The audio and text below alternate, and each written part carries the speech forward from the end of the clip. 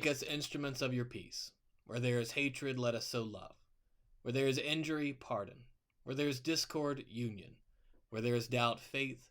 Where there is despair, hope. Where there is darkness, light. Where there is sadness, joy. Grant that we may not so much seek to be consoled as to console, to be understood as to understand, to be loved as to love. For it is in giving that we receive, it is in pardoning that we are pardoned, and it is in dying that we are born to eternal life. Amen.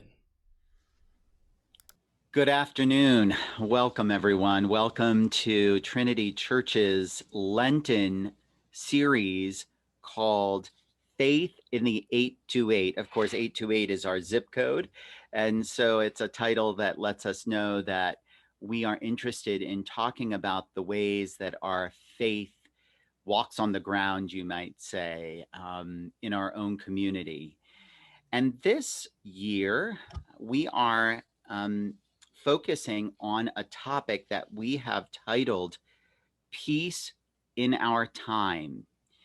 And this phrase, peace in our time, probably echoes a number of places in the scriptures, but it certainly echoes for many of us in the Episcopal Church in that it is a refrain of the wonderful hymn, God the Omnipotent, hymn 569 in the hymnal 1982.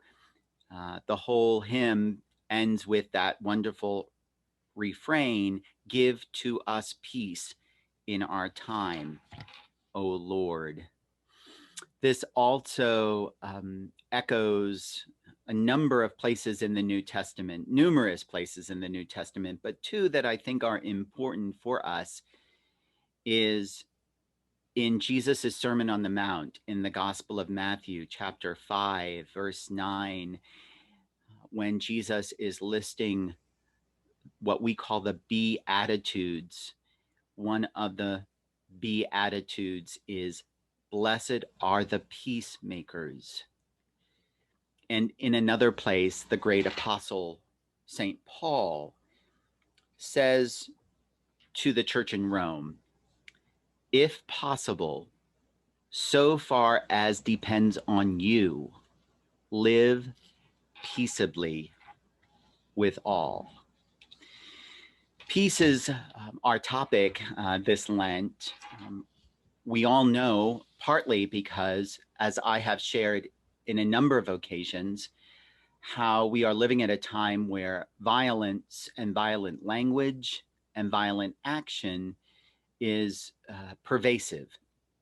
And the language of our politics today is violent as well. And at one point, I encouraged us to think about how, as St. Paul says, how can I make a difference here?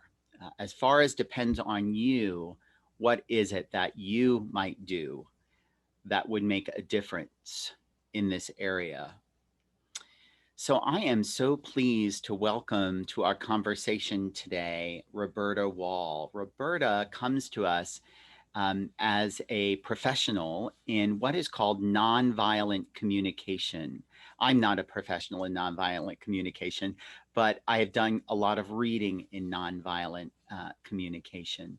So we wanted this series to start here as we go forward with our other series and interviews to set the stage for why we would be talking in this way, and why this concept of a nonviolent life and nonviolent communication would be a foundation for how we might live as disciples of Jesus. So Roberta, welcome. Thank you for being with us. And I'd love for you to just introduce yourself, tell us a little bit about yourself and the work that you do before we jump into the specifics of nonviolent communication, which is often abbreviated as NVC, right? Yes. Okay. Welcome. Thank you. Thank you so much. I feel really moved to be here with you, that you've invited me, and to connect with the Trinity Episcopal Church, which, as I shared earlier with Scott, is just a physical place in Asheville where when I walk there, I just feel the beauty really, and the beauty as a door to being a refuge. So really grateful for that. And I live in Asheville. My play, which is what we prefer to call it rather than work, my play in nonviolent communication really grew out of a lifelong involvement and passion in social action. I was a civil rights lawyer in New York City for many years before I moved here to Asheville. And I actually left my practice of law and to pursue nonviolent communication. Really grew out of my journey through Buddhism and also Judaism, which is my ancestral religion, to find ways of contributing in the world that I could trust weren't adding to divisiveness, even in the pursuit of justice, which is how I saw myself as a lawyer. And as a trainer in nonviolent communication, now for about 18 years, I think, I've done so much. Much of my work has been in the Middle East, actually, doing trainings between Israelis and Palestinians. Wow. And you just mentioned Sermon on the Mount, and I realized just about a year ago, I was in the place where it's believed that that's where Jesus gave that sermon. And it's I've been there as well. Yeah, what's it called? It's this beautiful structure that they've built, like with 5 points or more. Yes, I'm forgetting the name, but there's a number of structures there, including the church. Yeah. Yeah. So I visited there right from the West Bank, where we had just had a 9-day nonviolent communication training that brought together Israelis, Palestinians, people from the U.S. And several other continents, and I've done that for 11 years, and this is my first. This will be my first February, actually, in Asheville since I moved here. I'm always in the Middle East this time. Sure. So so there's something also very I don't know, fitting that I'm here with you right now. Yeah, we feel that. Thank you for being with us. It's so great to hear your story and that deep work.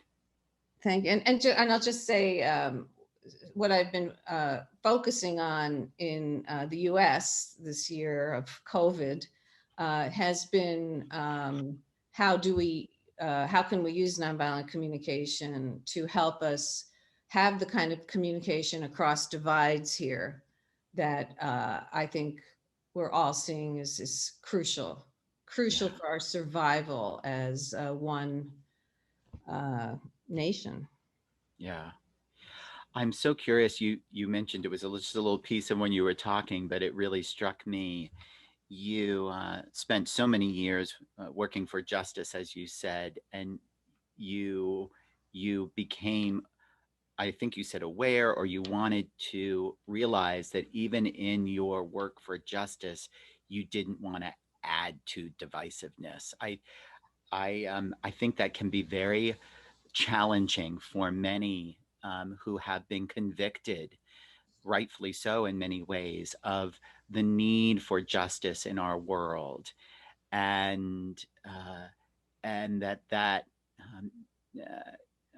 how do I say this? That in a number of instances, I think whether it's myself or others have observed in the pursuit of justice, the use of tools and practices that are almost as unjust as the injustice one is seeking to stamp out, so to say.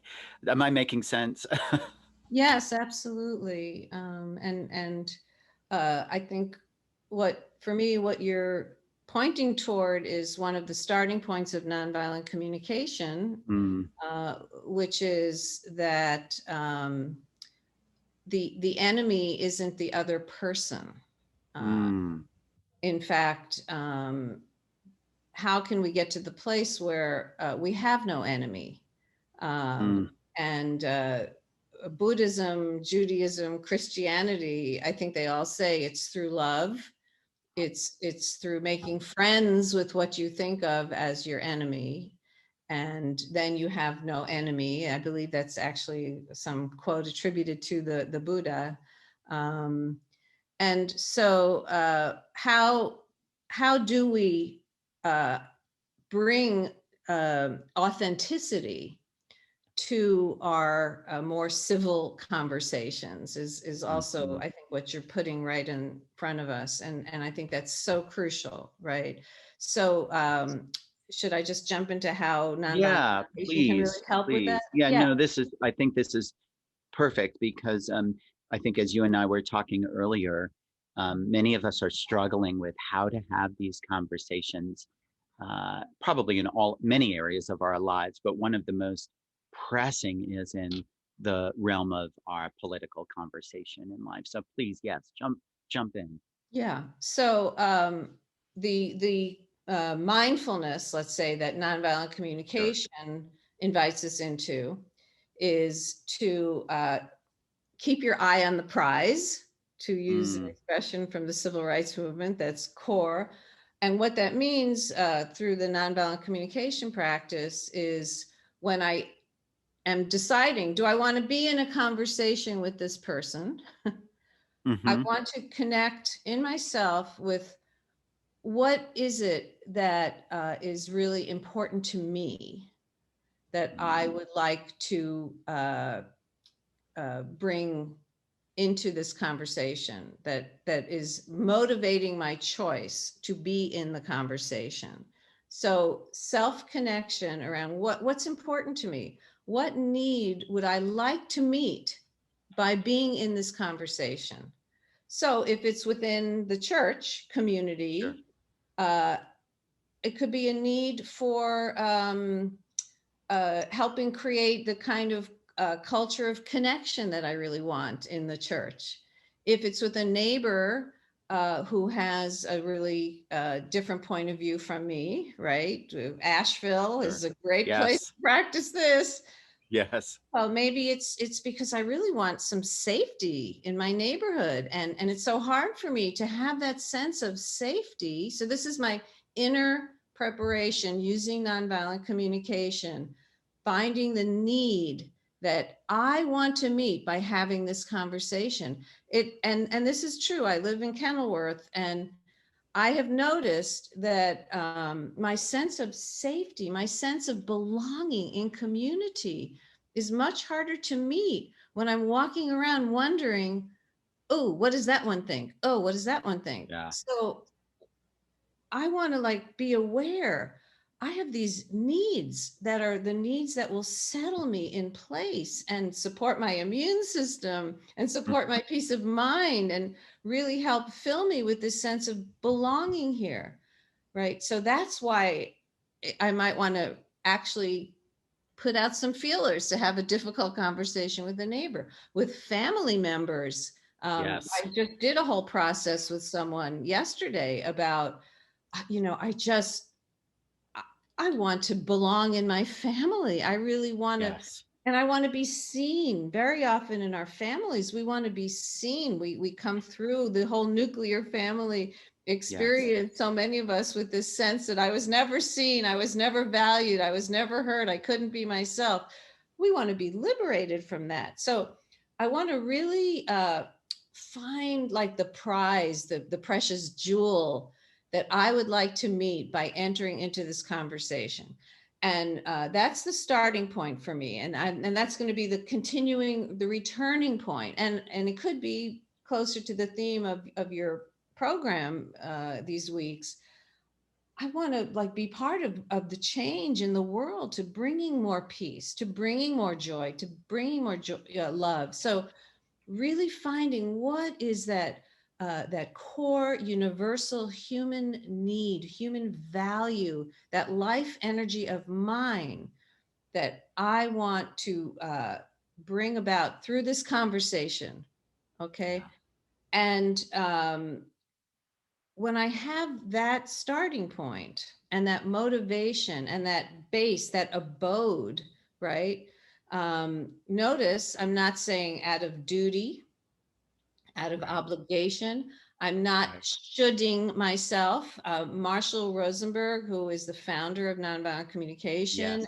and my Yes. teacher, he said, should is the dirtiest word in the English language.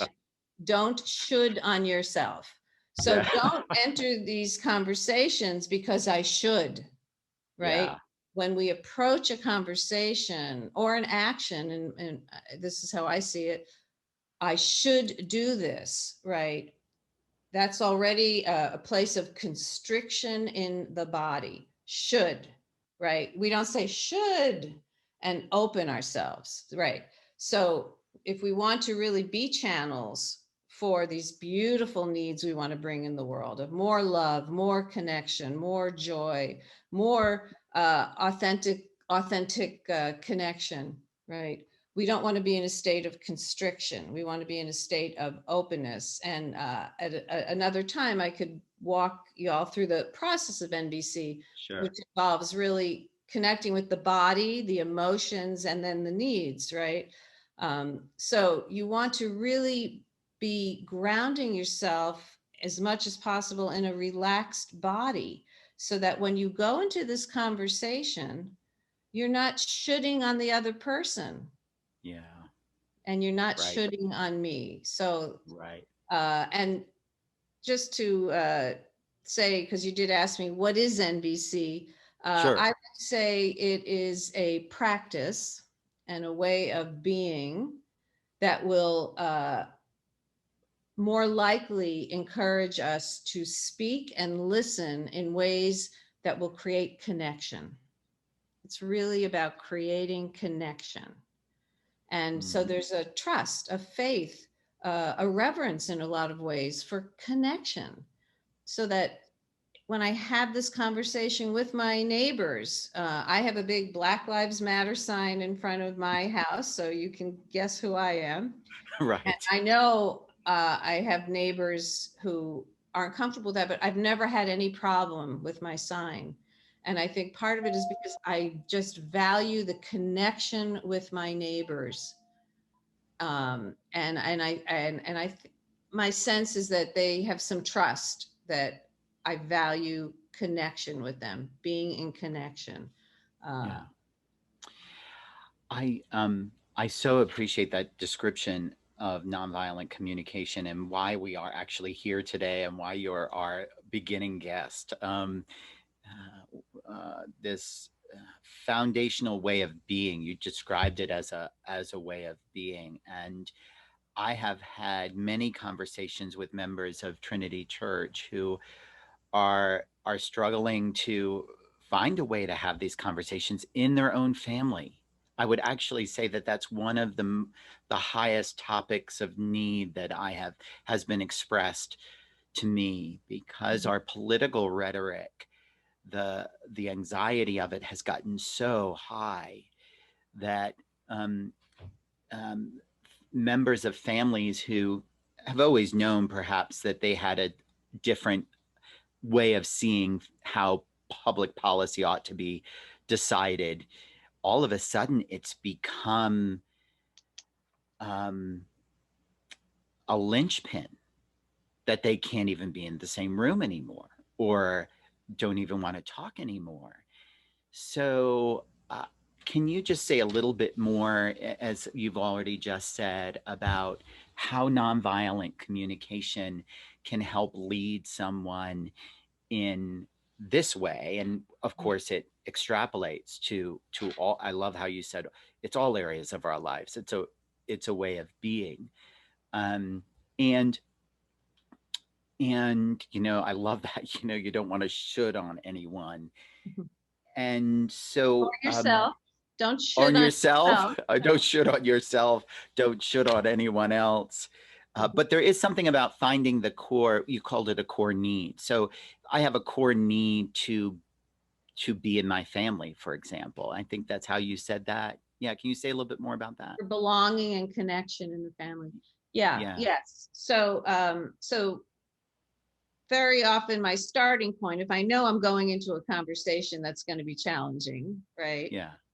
is to do kind of a self connection, which is what I was Okay. focused on just before. What needs of mine, what is important to me about having this conversation? What is it? And can I just continue to hold fast to that, ground to that? Okay. So then I go into the conversation, and one of my favorite little handy dandy nonviolent communication expressions that Marshall Rosenberg would say often is connect before you correct. How Uh, wonderful. I'm going to as write a that matter down. of fact, I'm going to I'm going to show you. write that down. Now, I mean, I have done hundreds of hours of trainings with Palestinians, and I don't know if you could see this. This is made of olive wood from near Yes, of course. Bethlehem. Very traditional. Yeah. And it says, connect before you correct.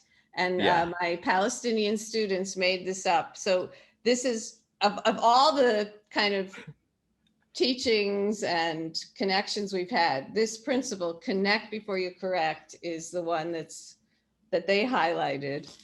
And so what does that mean? It means, first of all, connect with yourself. Right. Before what need do I want to meet when I say what I'm about to say? And then I go into the conversation, and how do I connect before you correct is by listening into the other person. What is it that's so important? And we've been doing this throughout COVID, the elections, the insurrection. And so, for example, many people have, and we do, the way we do the NVC training is through a lot of role playing. Sure. And which, as you probably know, now the neuroscience is actually showing us that role play, you can actually start to change the connections in The the neural brain. pathways. Just through role play, which is such great news, such amazing, great news. So you want to listen in. Well, what is so important about, for example, this fear of socialism, right? This is something. So most of the people who come to me for training are, people who did not support Trump and did not support the insurrection. Not all, but overwhelmingly all. And so what's come up in families is, people saying, well, we don't want socialism. So the practice using NVC and that is to lean in with curiosity. Curiosity is crucial for practicing nonviolent communication. How can I really generate curiosity about what's going on with this other person? If I can't, I go back to my self-connection and fill myself with what I need, because I'm not going to get it from them right now, maybe never, right? Until I can really do my inner work and really lean in with the energy of curiosity. So what is it about socialism that's scary, right? So we don't argue about facts. We don't argue. It's not who's right, who's wrong. In fact, one of the kind of slogans of nonviolent communication is the quote from Rumi: "Out beyond the field of right doing and wrongdoing, I will meet you there." There is a field. There is a field beyond right doing and wrongdoing. I will meet you there. Very hard. And I'll say in a minute how we might work on what makes it so challenging. But so you have the conversation and you just keep leaning in with this curiosity. Help me understand, what is it? And it's a fear that my freedom will be taken away. It's a fear that people will take advantage. I mean, whatever it is, you just keep leaning in. And the kind of prime sort of tool of nonviolent communication is to train yourself to just listen for how they're feeling and what they need. Wow, they're feeling scared. They need trust that people won't take advantage of the system. They need trust that everyone's going to pull their weight. They need trust. You just, and from that energy of curiosity, you can be asking. So is it that you want everybody to pull their weight? Is it that you have some fears? So just, you keep saying, using curiosity. Yeah. Which is a beautiful energy. It is. My experience, when I'm really in curiosity about the other person, I can't do right or wrong. It's just not in there. So once they have a sense that you have kind of gotten them where they're coming from, I predict either they will say, well, where are you coming from? Because it's a flow. Nonviolent communication really creates this flow of curiosity and connection. Or if you don't get that from them, you really do want to bolster yourself with those original needs of yours that you connected with. Okay, I want to be seen. I want to be heard. I want a place at this family table.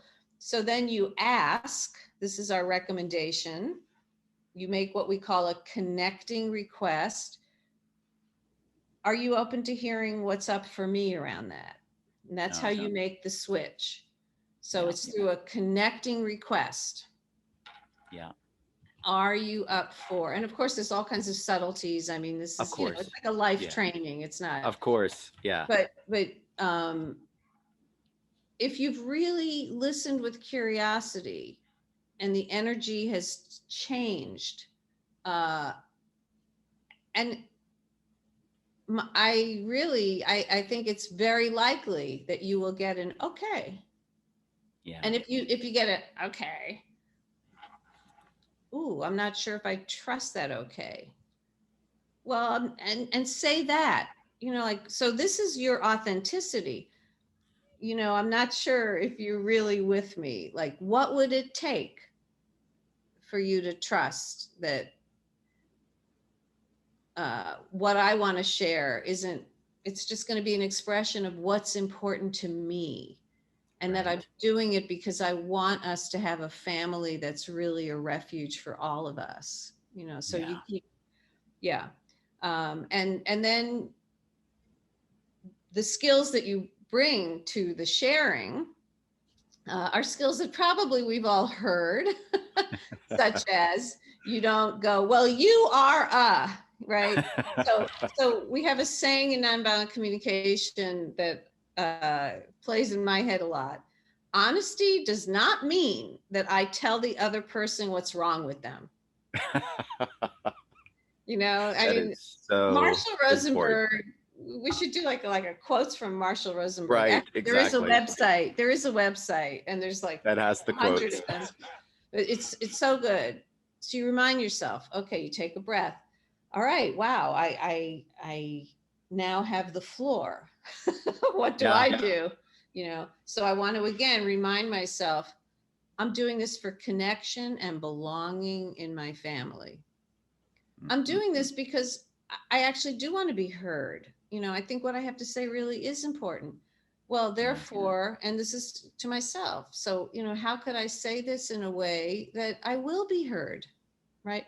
My need to be heard will not be met if I speak in ways that are going to totally prevent somebody from hearing me, because they're just going to feel totally like scared, or not safe. So so I'm like, okay, well, then I want to start with an observation.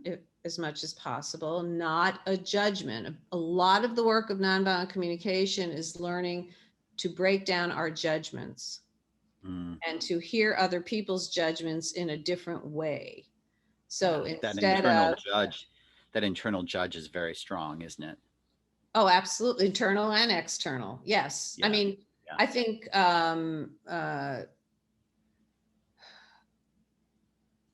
we don't know how to make meaning of our world without using judgments. Yeah. And this is a big part of I would say, the process of becoming peacemakers. This is certainly something nonviolent communication can contribute to that.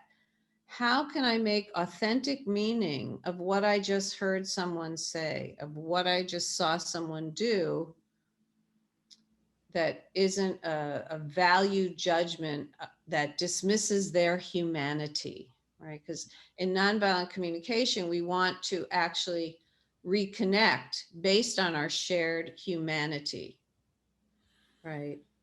That's been one of my one of the great observations of our political rhetoric is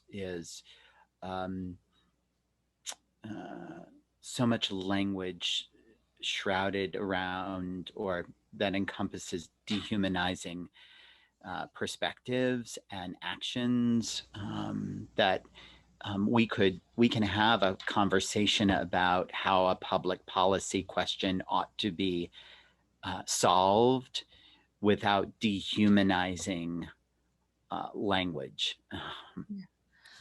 You know, here's what I'd love to do right now. Let's role play. And okay. You be this difficult person you have encountered or can imagine encountering. And I will show up in the energy of nonviolent communication.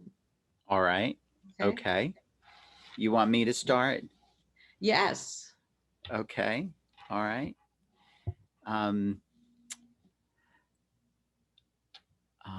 All right. Let me get myself settled here. See what I can come up with.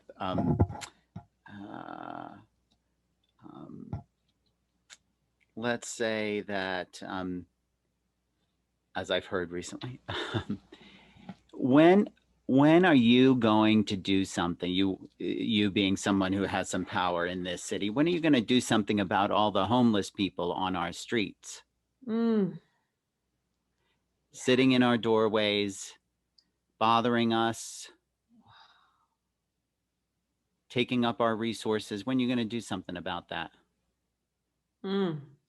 Okay, so stepping out of role, I'm going to do my inner preparation, right? Oh, so this is to myself. Whew, I'm taking a breath. Wow, this is challenging.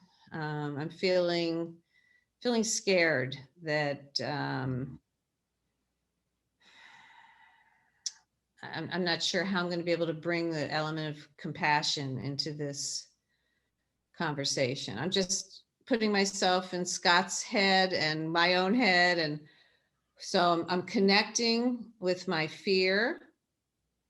And what is it that my fear is about, right? It's not about the other person. It's about, oh, I really want to bring compassion to this conversation. So now I'm going to just ground myself in compassion. And this is just what came up. You know, it could be other needs, other elements. It just, okay. And the more you train in this, the quicker you could do it. So now I could lean back in and it's my energy of compassion that I want to come from. Oh, yeah. I can hear it's really so disturbing for you to just have people hanging out. And I'm wondering, like, is it a sense it's not safe for you to just hang out in our beautiful part of the city? Is that sometimes it's if doesn't feel safe. Yeah. Yeah. Yeah. And oof, how could we have life in the city, in public, if we're not feeling safe? Yeah. Yeah. Yeah. And is there more? So it's so safety. What else? Um, Leadership. You said, when am I going to do something? It's like you really want, uh, maybe it's that for you to really respect my capacity as a leader, the church's capacity as a leader, is for us to really do something that's going to restore a sense of safety. Is that?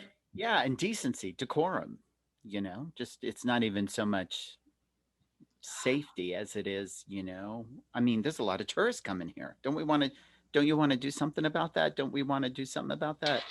Hmm. They So, bring a lot of money. oh, yeah. So you're concerned about how is our city going to thrive? We're so dependent on tourism. Um, yeah, yeah, yeah. So again, out of role, this is a process that I Yeah. am truly involved in. I want to be affected by what I hear. Mm, For me, this is crucial. You know, yes. this isn't a procedure. I'm not trying to manage this person. I'm actually trying to generate real connection in me, and I'm going to share now what's coming up for me to this person. You know, I really hear you, and I on the one hand, I really share your concerns. Like, yeah, I want not just tourists, I want the people who live in the neighborhood surrounding downtown to come back to downtown. And I'm confused about how we do this in a way that,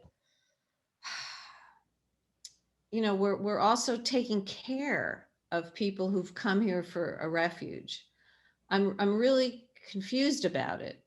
And I'm grateful, and I only would say this if it's true, right? I only want to really speak truth, right? Because I really want connection with this person.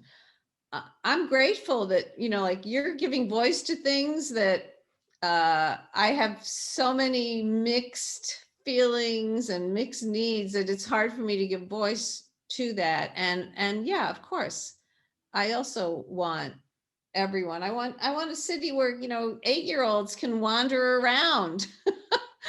Like, I want a city for Right. people. So I'm grateful for what you're bringing up. Um, and I hear how much you want leadership from the church, the faith communities. Um, is there anything more? And just out of role again, uh, I want to be very aware of perceptions of power and privilege in a conversation, Yeah. and not just perceptions, but actual power and privilege, right? So somebody's coming to me as a leader. He or she said that. So one way that I incorporate the factor of power and privilege right now is because I'm role playing Scott as Reverend, Right. uh, is that I will keep asking, is there more? Yeah. Right. Like, so I Yeah. can really take the whole thing in. And if I could do that when I'm the person with perceived less power, that's a great way to Yeah. empower myself. And Yeah. so it's there too. So is there more? Is there more that you really want me to understand? No, that's it. Yeah, yeah. So maybe you're curious now to hear where I'm at with all of this. Of course. Yeah. Okay, great. Thank you. Um, yeah, well, as I was saying, so again, out of role, uh, I want to really feel satisfied that that person's been heard as much as they're willing and wanting to be heard right now. Yeah. Everybody's different. I never want to assume that I know that. Yeah. Right. Yeah. So, Yeah. and it's very important for me to be able to stay with the other person the way I just did. Yeah. It's very important for me to trust myself that I'm going to stay in this until I too have an opportunity to share if I want to. Yes. Right. Yeah. Very hard for me to stay engaged with the other person when I'm hearing things that are just triggering all kinds of responses when I don't trust my own capacity to ask for the floor, right? Right. So for me, there's a flow of nonviolent communication. Starts with clarity. What is important to me? What do I want to hold on to? What do I want to achieve? What needs do I want to meet using the lingo of NVC? Then what's important to the other person? What are their needs? I want to get clarity about that. And this is free from judgment, right? Yeah. Just clarity, what's important. Then I want to take that clarity and create connection and keeping connection to myself and then channeling connection between us, right? But so far, the connection has really been coming from me connecting with the other person's needs, right? I want to do all of that in service of empowerment, empowering me, this person, our city to take an Yeah. action. So that's a Yeah. flow that I also keep in mind. I have a chart I could send you. I have I tons of materials about any of I this. know. I know. Feel free to ask for anything. So the flow from clarity to connection, which is the compassionate connection to empowerment. So I want to really, okay. So yeah, well, what I want to say to you, and now I'm going to say, Scott, let's switch the role play. And now you say to me what you want to say. And I'm going to respond to you as if I am this person Okay. having embraced nonviolent communication. And we do this because this is a healing for you. This Mhm. is part of how we do healing dialogue, that we take the role of the person who it's challenging for us to talk to. And in that role, it's as if they have taken an NVC training. Yeah. So I take the role of the You're, response to what I just said. no, you're now, yes, and you're now you. What do you want to Okay. say to this Yes. person? Yes. Yes. And I'm going to Well, be that sure. person with Okay. NVC. Okay. All right. I want to say thank you for sharing this, and um, um, I share your concerns. I share your concerns for safety in the area. I share your concerns about the perceptions of our city, um, and I have a deep concern about those who are homeless in our Mm. area. That we've been called to be here as a church on this corner at this time in this place, and our calling, if you will, is to be present for those in need. So I'm going to continually be looking at ways for us to answer that call while also being a safe, caring, loving area as well. So Mm. I hear your concerns, and I know that together we can accomplish. Or my goal is to accomplish both, and as opposed to either or. Mm. Mm. Thank you for sharing that. So just want to check if I'm getting you in the way you want me to hear. So you do share my concerns for safety, Of and course. at the same time, you really have this sense that this church is in this place in this time to actually support the people who are homeless, to provide a safe refuge for them, and that you did I hear that you want to try and figure out how we could do both? You did, correct. Yeah. Well, yeah, that seems like a daunting endeavor, and I guess what's coming up for me is a concern that in your aspiration to do both, which I could see you know, as a minister having that high aspiration, that you're not really gonna make changes. So I guess I'm just wondering how you're going to do that. Well, I don't know. I don't know exactly, but I do have that desire, and I do want our city to be a safe place for us to be, and safety is it seems for me does not seem to be an opposite of caring for one another. So I'm going to be looking for how to do both. Continue to look how to do both. I do think we do that already, and if there's a need for us to look at doing it even more deeply, then I will be a part of that. Yeah. So stepping out of role again, you just articulated a key principle of nonviolent communication, which is that conflict does not occur on the level of needs. So the needs you just were speaking of were the needs for safety in the community.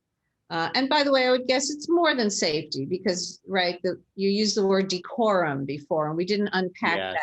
No, we didn't. So it's safety and beauty and kind of resonance, connection with the culture of the day, right? You know, so those are the needs, right? There's no conflict between the needs. Conflict arises in the strategies we employ to meet the needs. Yes. And for me, this is a discernment that comes out of NVC that I think it's one of its primary contributions to the conversations. Can you repeat that? Because I think when we talk about political differences, yes, this is just so key. Just repeat that one more time. Absolutely. If you don't mind. Conflict does not occur at the level of the needs. The needs the people were trying to meet when they broke into the Capitol. Yeah. To be seen, to be heard, to influence. Those needs are not in conflict with the needs for order, respect, safety. Right. Conflict arises out of the strategies we employ to meet our needs. Thank you. And just to give an example that everyone can relate to, I think, right? Let's say we're in a relationship, and actually I just did this with a private coaching yesterday. My wife wants spaghetti for dinner, and my other wife, it was a cisgendered men and women, but I'll shake it up a little bit. And I wife wanted Chinese food. Well, we both want to enjoy togetherness. We both want to enjoy the meal together. There's no conflict there, right? We both want nourishment. We both want, the joy we get from our taste buds being treated to the taste we're yearning for. No conflict there. The conflict is, I want Chinese food tonight. I want Italian food tonight. So having Chinese food, having Italian food, those are strategies to meet the needs. That's where the conflict arises. So what we're going for in nonviolent communication is to connect and embrace and welcome each other's needs. Thank you for telling me your life and what's important to you, right? And then going for strategies that really value everyone's needs. And that's the world we're going for, a world in which we all learn to meet our needs for self-expression, for safety, in ways that don't prevent other people from meeting their needs for self-expression, safety, whatever. So we say that we want to transform the conflict into a shared dilemma, right? Yes. And that the only thing that prevents that, when we get to the point where we've connected with each other's needs, is crisis of imagination. So we need to revive imagination. And there's a lot of conversation in our country today, right, about how we've lost our collective imagination, right? So what do we need to revive that? Trust and structures that support trust. So just to finish the loop, because I think we're way over our time. Right. Yes. Just to, is that as the person bringing nonviolent communication into the conversation, it would be, well, how about we really convene a committee and we talk about we collect all the needs, safety, compassion for the homeless, decorum. We don't leave any need out. And we talk about what are these needs to us? Why are they important? So that we create that connection around the needs. And then we brainstorm. What are strategies we can use to come up to meet all of these needs? And that's where we can take this. And there's a whole facilitation. I could send you, I've actually done this in some churches. Yes. Well, I'm hopeful that going forward, we may actually do more when we can all be together in the same place. Yeah. Roberta, I am just so thankful for this conversation, because I think we have actually been able to touch on the immediate desires of many members of Trinity, of course, I believe, and then many others who will be able to engage this series right now, as how do I have conversations that lead somewhere, that don't cause me to avoid other people, avoid members of my family, avoid other members of church, wherever it might be. And I'm deeply thankful that we've started here, because as we go forward, ladies and gentlemen, we will now have an opportunity to talk with one of our representatives in the state legislature, and how difficult or how she might handle those conversations. We're going to talk with a bishop who has been the bishop of the armed forces, a very diverse place to talk about peace and nonviolence. We're going to talk with the leaders of an organization that is looking to have a peaceful conversation between the two major parties and perspectives in our political life. And we're going to get some time to speak with our own, we pray, hopefully, our own bishop in this conversation as well. So, yes, please, I hope you will send me some information that I can post with this, that may help people continue in this way. And you have started us off so beautifully and so wonderfully, and we are all very thankful. Thank you. Thank you. God bless you and your continued work and what I would call ministry and vocation in peaceful, building peace, being a peacemaker. Thank you in helping us continue that call as well. Thank you. God bless everyone. Take care, and we will see you next week, same time, same place.